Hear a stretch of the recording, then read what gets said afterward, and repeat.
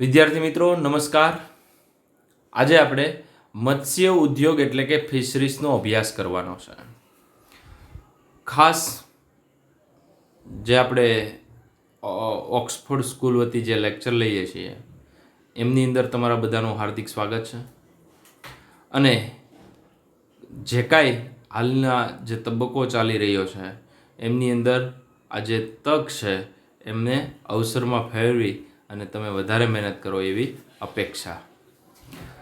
મત્સ્ય, સ્તરકવચી, ઝીંગા, કરચલા, સાંઢો એટલે કે લોબસ્ટર, ખાદ્ય છીપ એટલે કે પલ ઓયસ્ટર, ને પકડવા એટલે પહેલી વાત છે મત્સ્યો. મત્સ્યોનો મતલબ થાય ઘણી બધી માછલી, દાખલા તરીકે રોહુ, કટલા, બુમલા, મેજર કાર્પ. તો આવી જે કંઈ ફિશ છે, માછલી છે, એ માછલીને પકડવી. સ્તરકવચી, અહીંયા તમે જોઈ શકો છો કે આજે પેલો ફોટોગ્રાફ છે એ લોબસ્ટરનો છે, જે આગળનો લેક્ચર છે. મતલબ આજે હવે ત્યારબાદ તમને ખબર છે આ ખાસ કરીને ઝીંગો. એમના સિવાય કરચલો તમે બધાએ જોયો છે, કિંગ ક્રેબ અથવા તો ખાલી કરચલો. એમના સિવાય જે નીચે આકૃતિ આપેલી છે એ અહીંયા મોતી છે, મોતી પેદા કરે છે, જેમનો પણ ઘણો બધો ઉપયોગ થાય છે. તો આ ઝીંગો છે, કરચલો છે, લોબસ્ટર છે મતલબ સાંઢો છે, માછલી છે, ત્યારબાદ પલ ઓયસ્ટર છે. આ બધાને પકડવા, ત્યારબાદ એમની પ્રક્રિયા કરવી.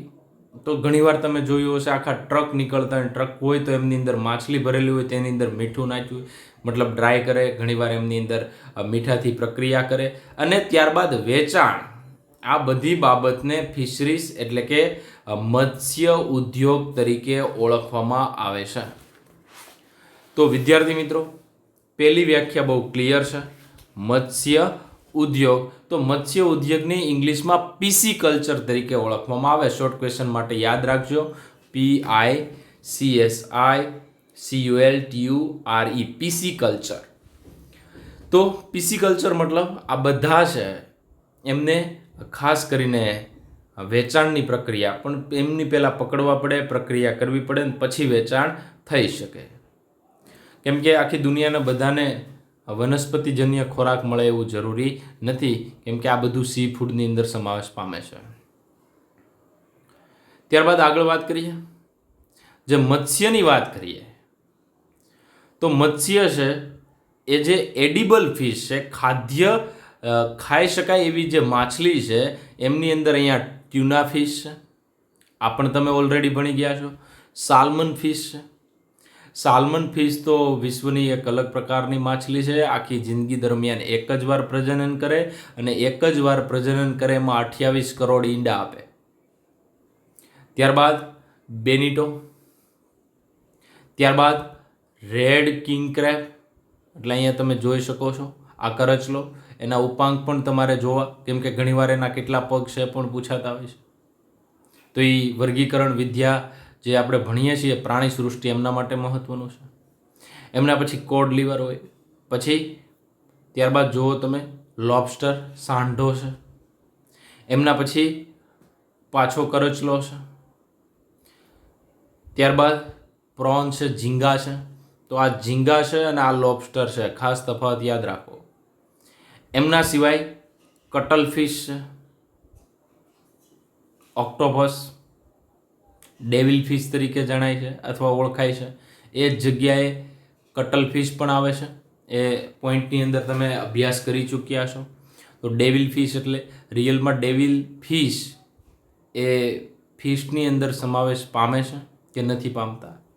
તો જે ઓક્ટોપસ છે એ કયા સમુદાયની અંદર સમાવેશ પામે છે એ તમારે કોમેન્ટમાં જણાવવાનું છે. એમના પછી જે માછલી મેકરેલ છે, ફ્લાય ફિશ છે. એમના સિવાયની વાત કરીએ તો ફ્લેટ ફિશ, સ્ક્વીડ, રોક ફિશ, સ્નેપર ફિશ. તો આ બધી માછલી છે એ ખોરાક તરીકે ક્યાંક ને ક્યાંક વિશ્વમાં ઉપયોગી છે અને ઉપયોગ થાય છે. ત્યારબાદ આપણે એ જોઈએ કે મીઠા જળની માછલી અથવા તો માછલી છે, તો એમની અંદર તમારે યાદ રાખવાનું કઈ પ્રકારની ફિશ છે એ મતલબ મહત્વની છે. તો જે પહેલી બાબત છે એ પહેલી મીઠા જળની માછલી, એમની અંદર કટલા, તો કટલા છે. એમના પછી રોહુ છે. એમના પછી જેને આપણે મૃગલ અથવા તો મેજર કાર્પ તરીકે ઓળખીએ છીએ, ઇન્ડિયન કાર્પ તરીકે ઓળખીએ છીએ, અથવા મૃગરો. તો આજે મેક્રલ પણ કહીશ ઘણા, જે આપણે ઉપર જોઈ હતી. તો આ જે માછલી છે એ ખાસ યાદ રાખજો કે અસ્થિ મત્સ્ય છે કે કાસ્થિ મત્સ્ય છે, એ તમારે કોમેન્ટ દ્વારા જણાવવાનું. કટલા કોની અંદર સમાવેશ પામે, રોહુ કોની અંદર સમાવેશ પામે એ. હવે શા માટે ગુજરાત છે એમનું મહત્વ છે મત્સ્ય ઉત્પાદનમાં, અથવા તો શા માટે ભારત છે એમનું પણ મહત્વ છે? કેમ કે ભારત આખાની અંદર જે કાંઈ દરિયા કિનારો છે એ 6400 કિલોમીટર છે, જ્યારે ગુજરાતનો દરિયા કિનારો છે એ 1640 કિલોમીટર. આવા જે પ્રશ્નો જીપીએસસી જેવી પરીક્ષાની અંદર પણ પૂછાતા હોય છે. તો વિદ્યાર્થી મિત્રો, જે ભારતનો દરિયા કિનારો છે એ 6400 કિલોમીટર, ગુજરાતનો દરિયો કિનારો એ 1640 કિલોમીટર. હવે ભારતીય અર્થવ્યવસ્થા છે એમાં મત્સ્ય ઉદ્યોગનું પણ મહત્વનું સ્થાન છે, આગવું સ્થાન છે. કારણ કે માછીમાર, ખેડૂત અથવા તો આપણે એમને દરિયાઈ સાગર ખેડૂત તરીકે પણ ઓળખીએ છીએ. તો આજે ટોટલ એમની આવક છે, એમની રોજગારી છે, એ આજે દરિયાઈ પટ્ટી છે એમના ઉપર ડિપેન્ડ હોય છે. તો તમને ખબર છે આપણી આજુબાજુમાં ઘણા બધા વિસ્તાર, વેરાવળ છે, જાફરાબાદ છે, તો આવા એરિયાની અંદર મત્સ્ય ઉદ્યોગ છે એ સારી રીતના વિકસિત થયેલો છે અને સ્થાપિત છે. આજે વાત આપણે કરી એ મીઠા જળની માછલી છે, જે ઓલરેડી તમે ધોરણ 11ની અંદર ભણી ચૂક્યા છો એ જ છે. અહીંયા ફક્ત રિપીટ છે, કેમ કે થોડું ઘણું છે એ 11માનું પણ રિપીટ થતું હોય, તો આ પોઈન્ટ છે એ ટોટલી 11માનો રિપીટેડ પોઈન્ટ કહી શકાય. ત્યારબાદ દરિયાઈ મત્સ્ય. તો દરિયાઈ મત્સ્ય એટલે કે શાહી મેપો અથવા મેપો શાહી, એવી રીતના યાદ રાખવાનું છે. તો મેપો શાહી એટલે શું? તો કે હિલ્સા. તો અહીંયા હિલ્સા માછલી દેખાડેલી છે, આ હિલ્સા છે. એમના સિવાય સાર્ડિન, આ જે માછલી છે એમનું નામ સાર્ડિન છે. મેક્રેલ છે અને પ્રોમ્ફેટ, મેહિસાપ્રો, એનું બીજું નામ મેહિસાપ્રો છે. તો આ જે માછલી છે એ પ્રોમ્ફેટ છે. તો જે મત્સ્ય સંવર્ધન છે, પીસી કલ્ચર છે, એમના દ્વારા મત્સ્યને પકડવી, એમની પ્રક્રિયા કરવી, વેચાણ કરવી, સ્ટોર કરવું, તો આ બધું જ એમની અંદર સામેલ હોય છે. પણ યાદ રાખજો કે જે હિલ્સા, સાર્ડિન, મેક્રેલ અને પ્રોમ્ફેટ આ જે માછલી છે એ બધી જ માછલી દરિયાઈ માછલી છે. કેમ કે જે દરિયાની અંદર આપણે આગળ જોયું હતું કે મધ છે, મધ એ ખાસ કરીને એમનો અભ્યાસ કરતા હોય એમને આપણે એપીકલ્ચર કહેતા હતા. અહીંયા પીસીકલ્ચર છે. ઘણીવાર આવું જ ઘણા બધા ખેતરની અંદર એક યાદ રાખજો કે ખેતરની અંદર પાણી ભરી એમની અંદર ઝીંગાના ઉછેર કરે છે, મત્સ્યના ઉછેર કરે છે અને એમને વેચે પણ છે. એક્વાકલ્ચર કહી શકીએ એમને. તો આવી રીતના અલગ અલગ વસ્તુઓ છે એ સામેલ હોય છે. હવે જલ સંવર્ધન એટલે શું? તો કે જલ એટલે કે એક્વાકલ્ચર. ઉપર આપણે જોયું હતું એ જે કુદરતી નિવાસ સ્થાનો હતા, એ કુદરતી નિવાસ સ્થાનોની અંદરથી આપણે પકડતા હતા, પ્રક્રિયા કરતા હતા અને વેચતા હતા.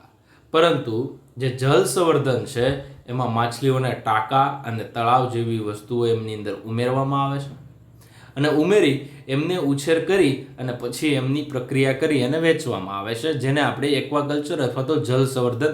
આમની અંદર ઝીંગાનો પણ ઉછેર થઈ શકે, લોબસ્ટરનો પણ ઉછેર થઈ શકે, મત્સ્યનો પણ ઉછેર થઈ શકે અને પલ ઓયસ્ટર, જે મોતી છીપ છે એમનો પણ ઉછેર થઈ શકે. કેમ કે મોતી છીપનું આખા જે ભારતનું માર્કેટ છે એ 300 થી 400 કરોડથી વધારેનું હોય છે. તો આવું માર્કેટ મોટું હોવાથી ઘણીવાર કાન નાક, એમની અંદરના જે કાંઈ મોતી હોય છે એ મોતી રિયલ મોતી તરીકે અથવા રિયલ પલ તરીકે એમનો યુઝ થતો હોય છે અને તમને ખબર છે આ રીતના આ મોતી છે બનાવવામાં આવતા હોય છે, ઉછેર કરવામાં આવતો હોય છે.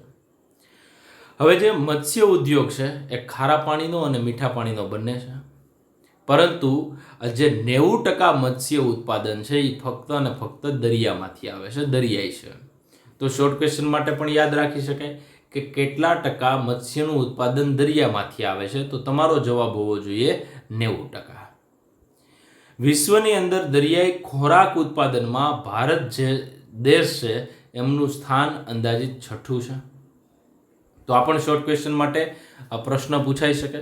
તો 90% મત્સ્ય ઉત્પાદનમાં ખાસ કરીને 90% છે એ મત્સ્ય ઉત્પાદન દરિયામાંથી આવે છે, બંનેમાંથી થાય છે, પરંતુ સૌથી કેમ કે દરિયો એક તો વિશાળ છે અને આ મત્સ્ય છે એમનું પણ અમુક સમય છે એ પ્રજનન કરી એમની સંખ્યામાં વધારો થતો હોય છે, પરંતુ હાલના સમયની અંદર એ પ્રોબ્લેમ છે કે વધારેમાં વધારે આ મત્સ્યો છે એ માછલી છે એમને દરિયામાંથી બહાર કાઢવામાં આવે તો અમુક જાતિઓ લુપ્ત થવાના આરે પહોંચી ગઈ છે, જે ખાસ જાતિ વિવિધતા છે એમને નુકસાન પહોંચાડે છે. કેમ કે ઘણી બધી જાતિઓ છે એ રેડ લિસ્ટમાં પણ આવી શકે છે. હવે આજે ખાસ કરીને જે આપણે દૂધ માટેની જે ક્રાંતિ હતી એ દૂધ માટેની ક્રાંતિ એમને શ્વેત ક્રાંતિ અથવા વ્હાઇટ રિવોલ્યુશન તરીકે ઓળખતા હતા.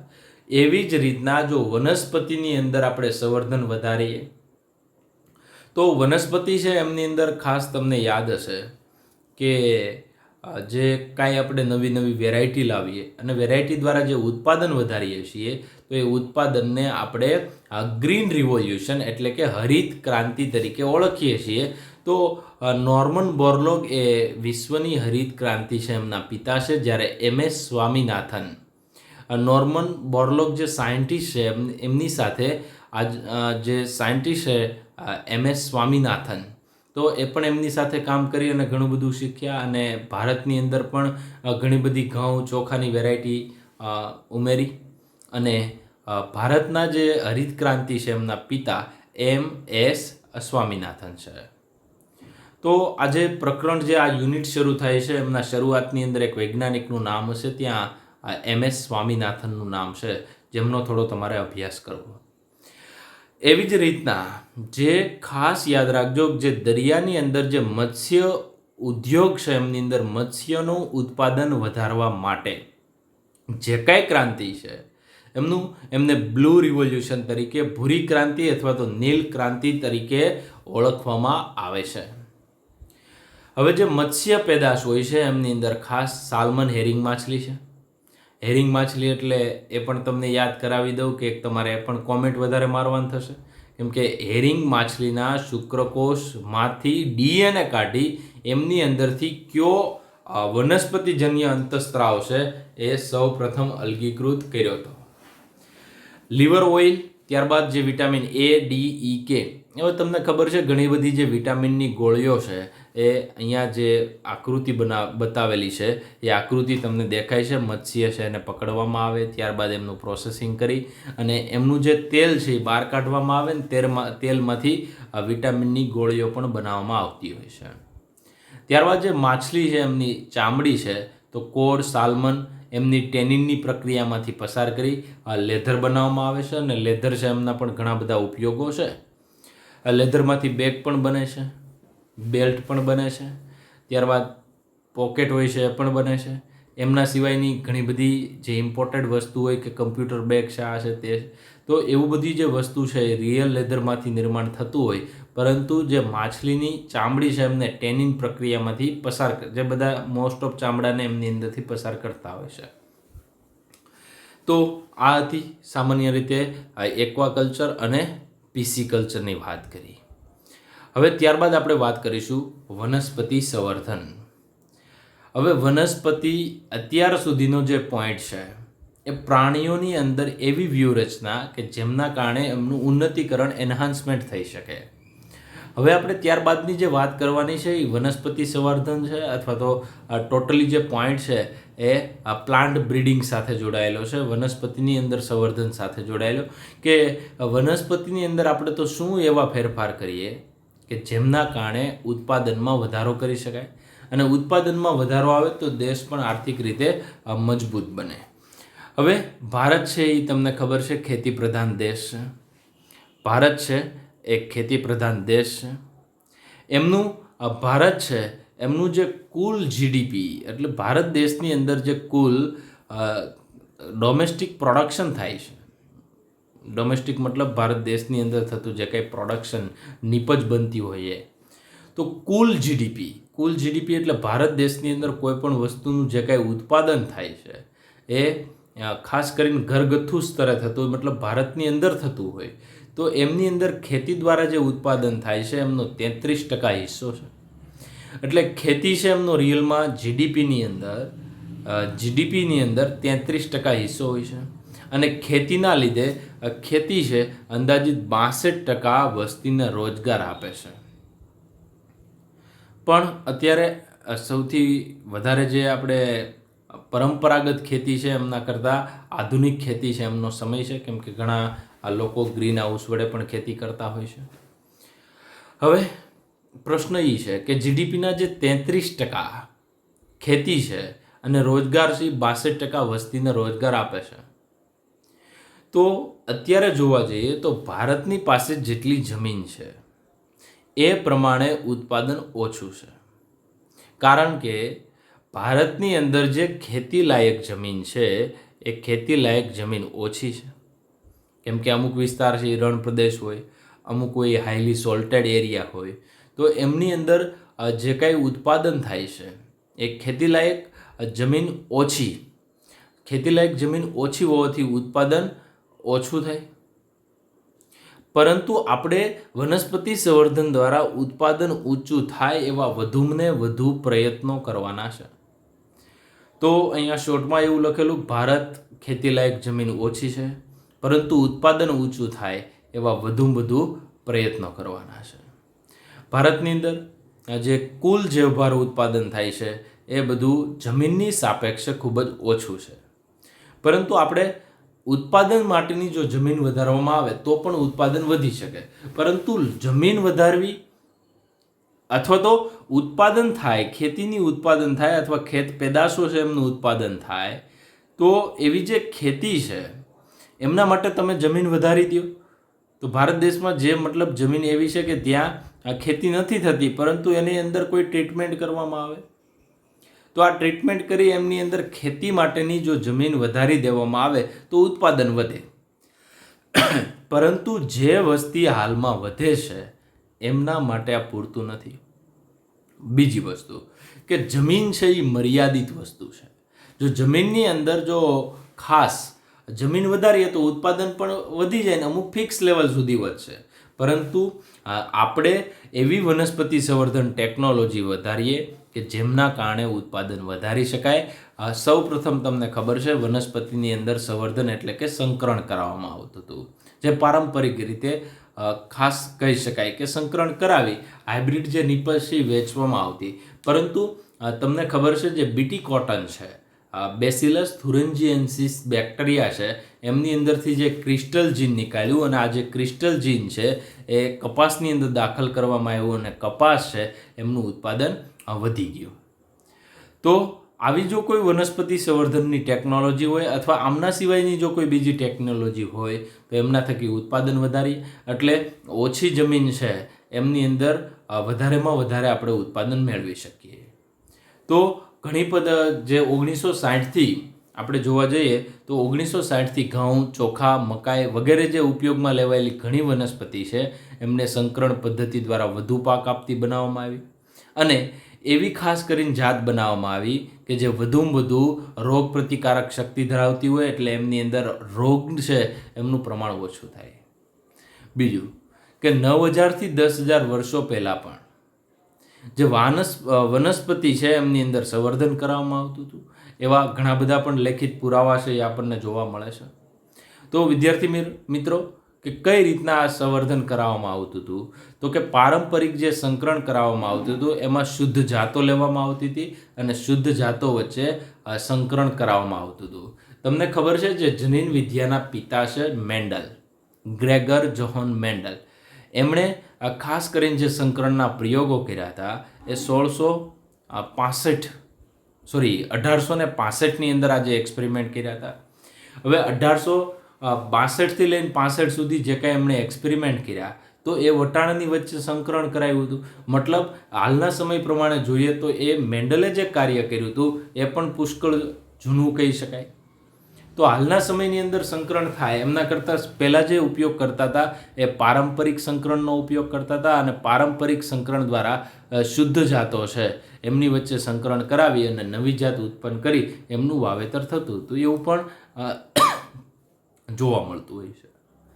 તો વિદ્યાર્થી મિત્રો, કેટલાક વૈજ્ઞાનિકોએ ખાસ ધ્યાનમાં લેવા જેવા લક્ષણો કીધા કે પેલું કે જે વધુ ઉત્પાદન અને ગુણવત્તામાં વધારો થાય. ખાલી ઉત્પાદન વધે જરૂરી નથી, પરંતુ quality as well as quantity બંને મેન્ટેન થાય જરૂરી છે.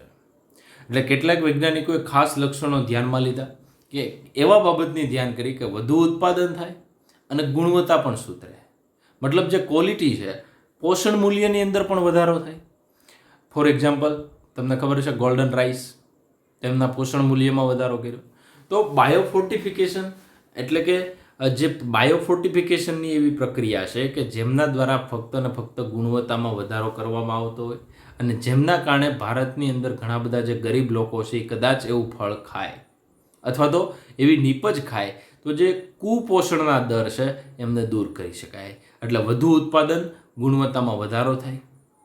બીજું, પર્યાવરણીય તણાવ છે. પર્યાવરણીય તણાવ એટલે એવો તણાવ વધુ ક્ષાર હોય, ઊંચું તાપમાન હોય, શુષ્કતા હોય, આમના સામે વનસ્પતિ સહનશીલતા મેળવી શકે અને સહનશીલતા મેળવી શકે તો આવા વિસ્તારમાં કદાચ વનસ્પતિ ઓછી થતી હોય તો ત્યાં વાવેતર થઈ શકે. એટલે પેલું વધુ ઉત્પાદન છે એમની અંદર ગુણવત્તામાં સુધારો કરવો, પર્યાવરણીય તણાવ છે, ક્ષાર, ઊંચું તાપમાન, શુષ્કતા, એમની સામે સહનશીલતા. ત્યારબાદ રોગકારકો, વાયરસ, ફૂગ, બેક્ટેરિયા સામે પણ રક્ષણ મળે. મતલબ રોગ પ્રતિકારક શક્તિ છે એ વનસ્પતિની પણ વધારવી પડે. જેમ આપણી અંદર રોગ પ્રતિકારક શક્તિ હોય છે એમ વનસ્પતિની અંદર હોય છે, પણ વનસ્પતિની અંદર આપણી જેમ ખૂબ જ વિકસિત હોય છે એવું જરૂરી નથી. તો કીટકો, જંતુ સામે પણ પ્રતિકારકતા. તો વૈજ્ઞાનિકોના મત અનુસાર આવા જે બધા લક્ષણો છે એમનું ખાસ ધ્યાન રાખવામાં આવે, કેમ કે એક તો વધારે ઉત્પાદન અથવા તો એમની ગુણવત્તા છે એ સુધરે, અથવા તો પર્યાવરણીય તણાવ છે એમની સામે જીવી શકે, ટકી શકે, એમને સહન કરી શકે. રોગકારકો છે જે બેક્ટેરિયા, ફૂગ, વાયરસથી થતા હોય છે તો એમનાથી એમને રક્ષણ મળે એવી પ્રતિરોધક બનાવવી પડે. ફોર એક્ઝામ્પલ, બીટી કોટન છે એ બનાવી, એ બીટી કોટન છે એ ખાસ કીટકો સામે પ્રતિકારકતા દર્શાવે છે. જે તમને ખબર છે 3 પ્રકારના હતા. લેપિડોપ્ટેરા એ ખાસ કરીને ડિપ્ટેરા હતું જેમની અંદર માખી અને મચ્છરને એમનો સમાવેશ થતો, તે આપણે ભણી ગયા અને તમને સારી રીતના પણ યાદ હશે. તો આવી રીતના વનસ્પતિ છે એ બનાવવામાં આવતી હોય છે. હવે ત્યારબાદ આપણે વાત કરવાની છે કે સજીવો પાકને નુકસાન કઈ રીતના પહોંચાડે છે. તો સજીવો છે એ ખાસ કરીને બાહ્ય પરોપજીવી, અંતઃપરોપજીવી બંને પ્રકારનું જીવન ગુજારે છે. ફૂગ હોય તો ફૂગની અંદર વિષમપોષી ફૂગ પણ છે, પરોપજીવી પણ છે અને મૃતોપજીવી પણ છે જે મરી ગયેલાની ઉપર પણ જીવે છે. વાયરસ છે તો ઉષ્ણકટિબંધનો વિસ્તાર છે એમની અંદર જે ફૂગ, બેક્ટેરિયા અને વાયરસ છે એ ખૂબ જ નુકસાન પહોંચાડે છે. એટલે ફૂગ, બેક્ટેરિયા અને વાયરસ એ સૌથી વધારે ઉષ્ણકટિબંધ છે, એમની જે પાકની જાતો છે એમને વધારે નુકસાન પહોંચાડે છે. તો કે અંદાજિત કેટલું નુકસાન પહોંચાડે છે? તો કે 20થી 30% અથવા તો સંપૂર્ણ પાકને પણ નુકસાન પહોંચાડી શકે. એટલા માટે ઉત્પાદન કેવું થાય? તો કે ઓછું થાય. હવે 20થી 30% જે નુકસાન પહોંચાડે છે તો આપણે એવી જાતિ બનાવીએ કે જે રોગ પ્રતિકારક હોય તો આપણને જે આ 20થી 30%નો અથવા તો 100%નો ફાયદો થાય. તો આ 100%ના ફાયદા માટે આપણે શું કરવું જોઈએ એ આજના પોઈન્ટમાં આપણે વિગતવાર જાણીએ. ખેતી વિષયક જાતો રોગના પ્રતિકાર અને સંવર્ધનમાં વિકાસથી ખાદ્ય ઉત્પાદન વધે છે. કેમ કે પહેલો પોઈન્ટ છે જે 20-30% જેટલું જે નુકસાન થાય છે, પણ આપણે એવી રોગની પ્રતિકારક જાત બનાવીએ, એમનું સંવર્ધન, એમનો ઉછેર કરીએ અને જેમના કારણે ખાદ્ય ઉત્પાદન છે એ વધે, આર્થિક રીતે પણ ફાયદો થાય. બીજું, હાલના સમયની અંદર જે રસાયણો વાપરવામાં આવે છે, રસાયણોની અંદર ખાસ તમે જુઓ તો પેસ્ટિસાઇડ છે, હર્બિસાઇડ છે, ઇન્સેક્ટિસાઇડ છે, ફૂગનાશક એટલે ફંજીસાઇડ છે, બેક્ટેરિયોસિડલ છે. તો આવી જગ્યાએ ફૂગનાશક અને જીવાણુનાશકનો હાલમાં આપણે જે ઉપયોગ કરીએ છીએ, કીટકનાશકનો ઉપયોગ કરીએ છીએ, તો ખેતીમાં નુકસાનમાં ઘટાડો. એટલે રિયલમાં એમનો કહેવાનો મતલબ એ છે કે ફૂગનાશક અને જીવાણુનાશક ખેતીના ઉત્પાદનમાં વધારો કરે અને ખેતીમાં જે રિયલમાં આમના દ્વારા ફૂગ અને જીવાણુ દ્વારા જે નુકસાન થાય છે એમની અંદર ઘટાડો, જે 20-30% જેટલું નુકસાન થાય છે એ જો આવી દવા વાપરીએ તો અંદાજે 10% નુકસાન થાય. પરંતુ એવી જો જાત બનાવીએ, રોગ પ્રતિકારકતા પેદા કરીએ, અને રોગ પ્રતિકારકતા ટોટલ જે કંઈ વનસ્પતિની હોય છે એ જનીન આધારિત હોય છે, ડીએનએ આધારિત હોય છે. તો આ જે ડીએનએ આધારિત હોય છે એમના માટેની વાત છે. હવે ફૂગથી થતા રોગો છે, એ ઘઉંનો ગેરુ, તમને ખબર છે પુક્સિનિયા ફૂગ. તો આ જે પુક્સિનિયા ફૂગ છે એમના દ્વારા ઘઉંનો રસ્ટ થાય છે, જેને આપણે ગેરુ તરીકે ઓળખીએ છીએ. બટાટાનો સુકારો આવે છે. શેરડી તમે ઘણીવાર ખાતા હોય તો અંદર લાલ કલરનો ભાગ નીકળે, સડી ગયેલી શેરડી હોય, તો એવું પણ થાય.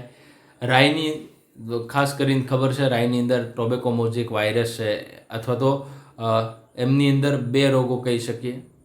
તો રાઈની અંદર પણ આવો રોગ થાય છે, પણ તમને યાદ છે.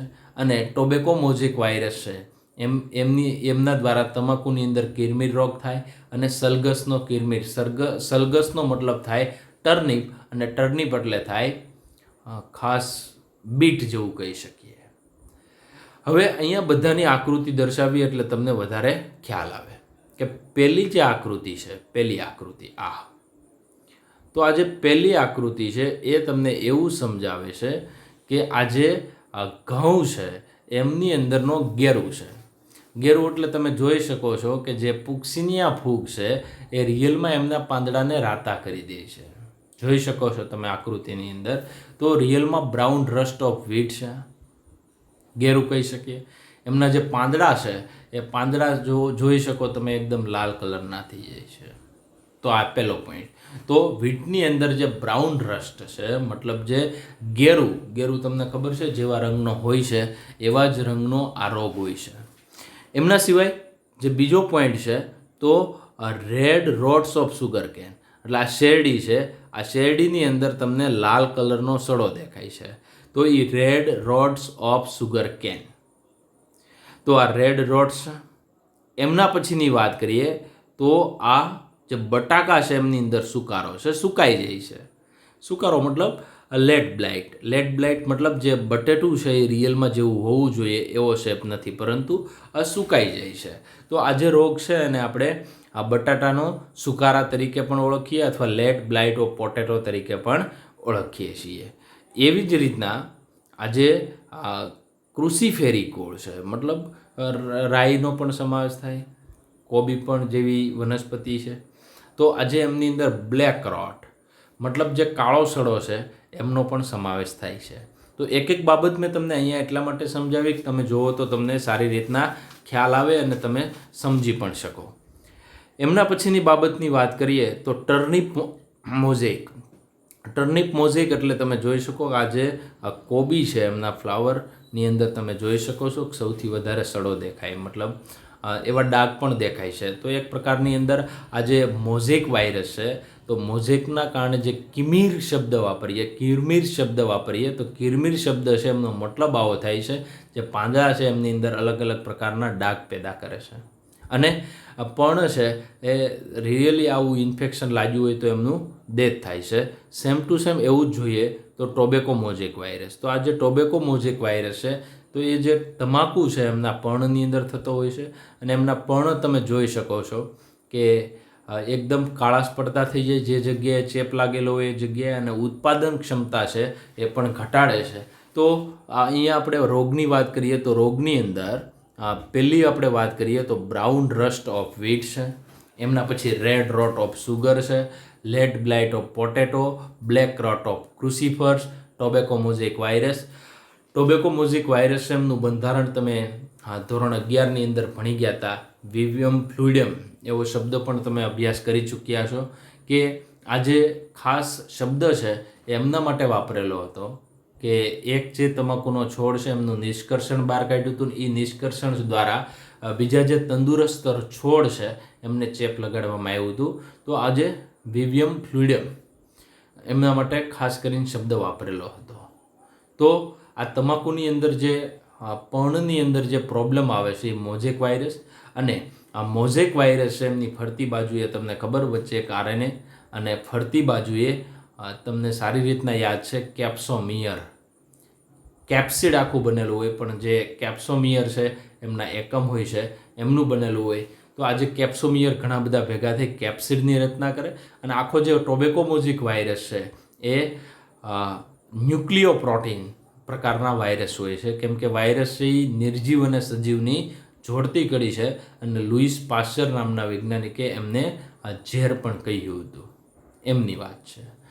આગળ વાત કરીએ કે રોગ પ્રતિકારક માટેની જે પદ્ધતિ છે એ પદ્ધતિ આપણે કઈ રીતના ભણીએ.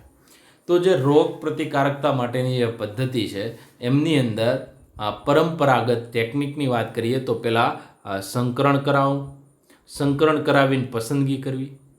તો આ જે મેઇન પોઈન્ટ હતો, આ જે નોર્મલી પોઈન્ટ પરંપરાગત ટેકનિકનો, એમના તબક્કાની વાત કરીએ તો પહેલાં જનન રસ જે જર્મપ્લાઝમ છે, તો જનન રસ એમની તારવણી કરવાની, પસંદગી કરેલા પિતૃ વચ્ચે સંકરણ કરાવવાનું, સંકરિત જાત છે એમની પસંદગી અને મૂલ્યાંકન, ત્યારબાદ નવી જાતનું પરીક્ષણ કરવું. આ બધા પોઈન્ટ છે હું તમને એટલા માટે ઝડપથી કહું છું કે આ બધા જ પોઈન્ટ છે એમનો ડિટેલમાં આપણે અભ્યાસ કરવાનો છે.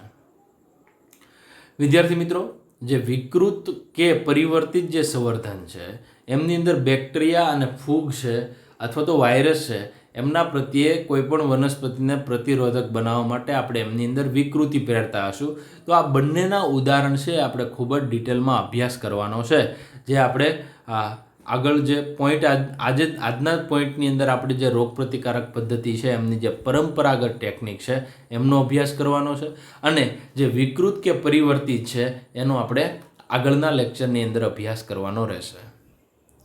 તો બંને પોઈન્ટ છે આપણે સરળ રીતે જો અભ્યાસ કરવો હોય તો નેક્સ્ટ ટુ નેક્સ્ટ પોઈન્ટની અંદર આપણે કરતા જશું. હવે જે પહેલી ટેકનિક છે પરંપરાગત ટેકનિક એમની વાત કરીએ. પહેલું કેટલા તબક્કા છે તો કે જનીનિક રીતે ભિન્નતા ધરાવતી પાક સંવર્ધિત જાતિઓ માટે વિવિધ તબક્કાઓ છે.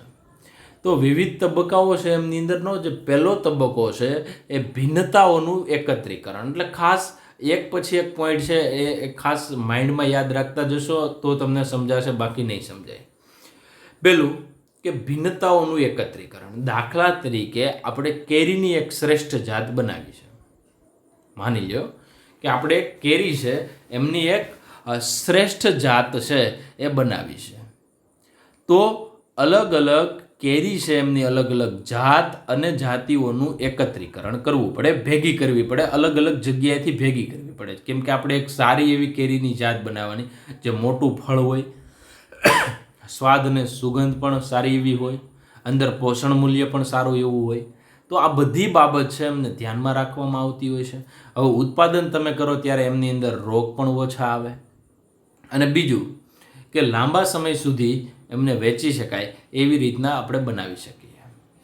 તો આવી કોઈ એવી સરસ મજાની જો આપણે જાત કેરીની બનાવી હોય તો એમની અંદર ભિન્નતાઓ છે એમનું એકત્રીકરણ, એટલે અલગ અલગ જે કેરી હોય તો એમની જે 1000 અલગ અલગ જાત છે તો એને મારે કોઈ પણ જગ્યાએથી ભેગી કરવી પડે.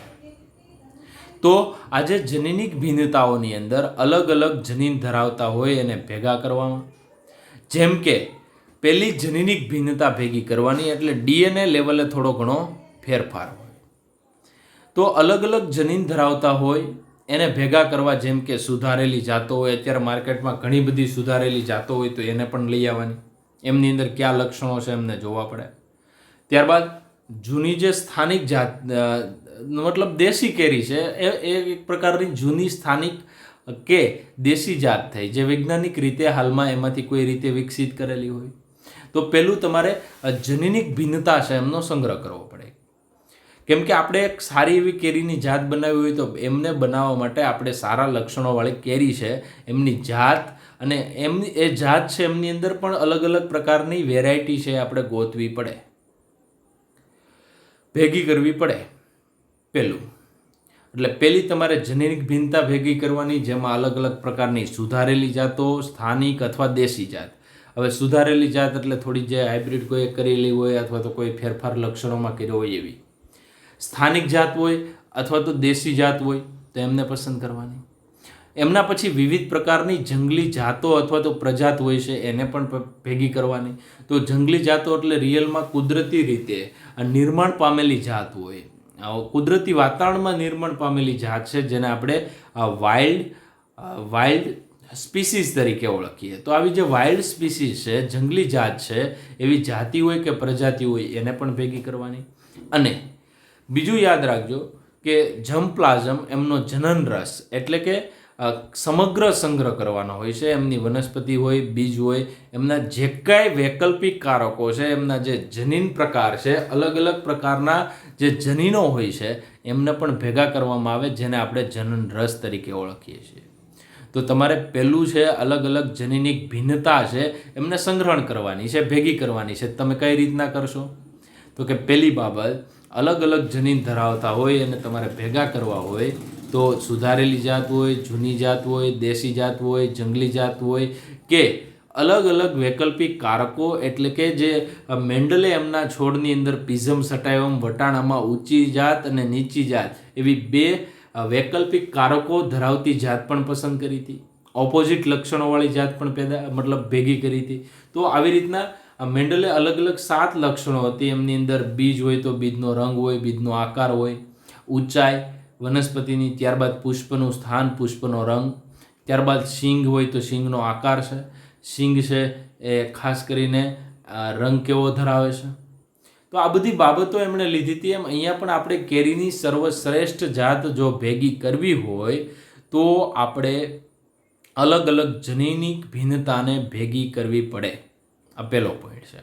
માની લો કે અહીંયા જે એક્ઝામ્પલ આપ્યા છે કે આપણે કોઈ અલગ અલગ જે જાત કેળા છે તો કેળાની અંદર પણ ઘણી બધી જાત હોય. માની લો કે આ કેળાની અલગ અલગ જાત છે તો કેળાની અલગ અલગ જાત છે એમને અલગ અલગ જગ્યાએથી ભેગી કરવી પડે. એમાં દેશી જાત પણ આવે, જંગલી આવે, કોઈ સુધારેલી હોય એ પણ આવે, એમના વૈકલ્પિક કારકો હોય એ પણ આવે. તો આવું ઘણું બધું કેળાનું ભેગું કરે, કેમ કે કેળાની જાત આપણે સુધારવી હોય. દાખલા તરીકે એવી જ રીતના અહીંયા તમે બીજી વનસ્પતિ અને કઠોળ વર્ગની વનસ્પતિમાં કોઈ સારા કઠોળની જાત પેદા કરવી તો પહેલું પગથિયું છે એ અલગ અલગ ભિન્નતાઓને એકત્રિત કરવાનું છે. પહેલાં તો તમારે અલગ અલગ ભિન્નતા પેદા કરવી પડે.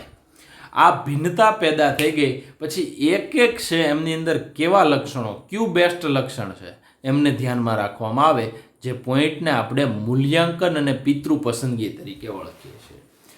જે કાંઈ ઉપર એકત્રિત કરેલું છે, જે કાંઈ આપણે ઉપર એકત્રિત કર્યા, કદાચ કોઈ જંગલી જાતિ હતી, સુધારેલી જાત હતી અથવા તો દેશી જનન રસ, જે કાંઈ જંગલી અથવા તો કોઈ પણ જાત ભેગી કરવી, એનું એક એકનું મૂલ્યાંકન કરવું.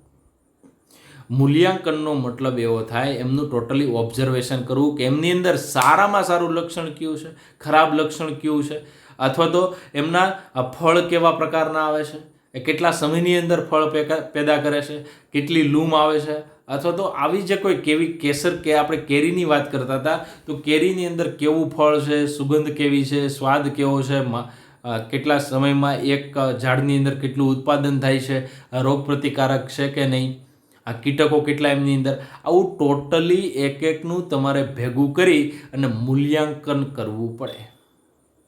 આ મૂલ્યાંકન થઈ ગયું પછી જનન રસનું હોય કે જાતિ હોય એમનું હોય, આવી જો કોઈ ઈચ્છિત લક્ષણોવાળી જાતિ છે એમની અંદરથી તમારે જે કાંઈ 2 લક્ષણો ભેગા કરવા છે એને તમે કરી શકો.